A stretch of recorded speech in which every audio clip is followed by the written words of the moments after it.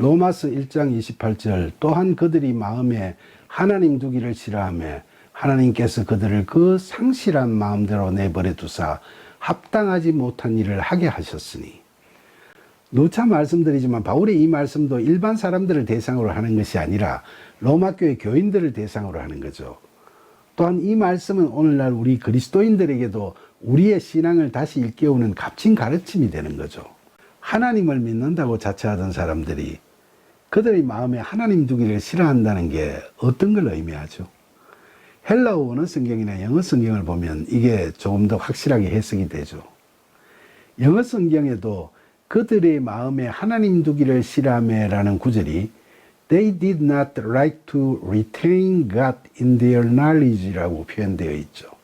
그들이 자신들이 아는 것 안에 하나님을 간직하고 관계를 유지하고 싶어 하지 않는다는 뜻인데, 헬라어 원어 성경도 비슷한 의미로 기록되어 있습니다. 하나님을 안다라는 말에서 안다가 히브리어로는 아담과 하와가 동침하다라는 말에서 동침하다와 같은 야다라는 단어죠. 그러니까 그 아는 거라는 건 그냥 지식으로 아는 게 아니라 친밀한 관계에서의 알미죠. 그런 하나님과의 알매 관계를 유지하고 싶어 하지 않는다는 건 하나님으로부터 완전히 등을 돌리는 걸 의미합니다.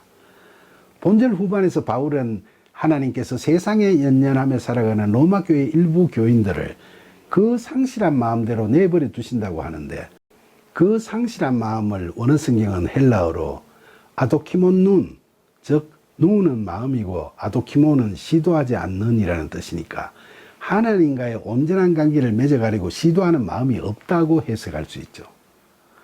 바울은 이런 사람들은 어떤 불의를 저지르게 되는지를 다음 3계절에서 이야기하고 있죠. 로마서 1장 29절 곧 모든 불의, 추악, 탐욕, 악의가 가득한 자요, 시기, 살인, 분쟁, 사기, 악독이 가득한 자요, 수군수군하는 자요.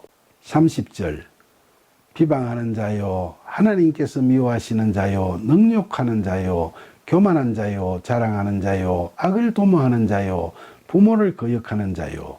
31절 우매한 자요, 배약하는 자요, 무정한 자요, 무자비한 자라. 바울은 하나님과의 관계가 끊어지면, 즉 예수 그리스도의 십자가 복음에 대한 믿음이 사라지면 세상의 것들에 연연하며 이런 불의를 저지르게 된다고 이야기하죠. 그런데 맨 처음으로 모든 불의라고 표현한 것은 그 다음 나열한 것들이 다 불의에 해당되는데, 여기서 언급되는 것 외에도 불의로운 건 다 해당된다, 이런 의미에서 그렇게 표현을 한 거죠. 또 살인이라는 말이 있는데, 교인들 중에 살인까지 하는 자가 얼마나 될까 하겠지만 실제로 그런 자들이 혹시 있을 수도 있고, 특히 요한일서 3장 15절에 보면 사도 요한은 그 형제를 미워하는 자마다 살인하는 자니라고 이야기하고 있으니까 그런 뜻으로 받아들여도 되겠죠. 그리고 31절에 배약하는 자는 계약을 지키지 않는 자들을 의미하죠. 나머지는 뭐 다 해석이 가능한 건데, 우리가 저지를 수 있는 모든 불의를 다 나열해 놓은 거라고 할 수 있겠죠. 로마서 1장 32절 그들이 이 같은 일을 행하는 자는 사형에 해당한다고 하나님께서 정하심을 알고도 자기들만 행할 뿐 아니라 또한 그런 일을 행하는 자들을 옳다고 하느니라. 여기서 위에 열간 불의한 일을 행하면 사형에 해당한다는 것은 이게 무슨 세상의 죄가 돼서 그런 건 아니죠. 세상 법으로는 실제로 살인한 자의 경우 최고형으로 사형이 선고될 수는 있지만 다른 것들은 사형 선고를 받을 만한 그런 구성 요건에 해당되지가 않죠.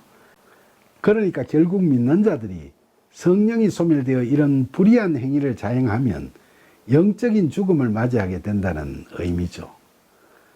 마치 선악과를 먹으면 죽으리라라고 경고하신 하나님의 말씀처럼 말입니다.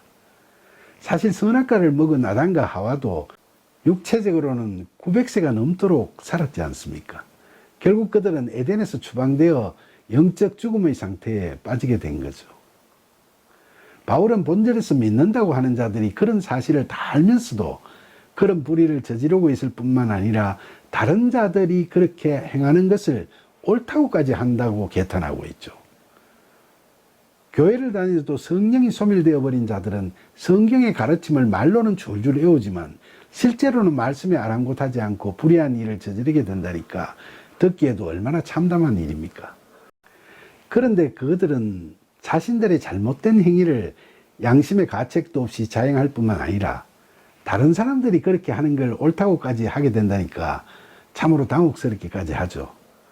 믿는 사람이 하나님과 등을 지면서 타락해버리는 실상들을 바라보면서 또 로마 교회 교인들도 그럴지 모른다고 염려하면서 답답해하는 바울의 모습이 그려지면서 안타깝기까지 합니다.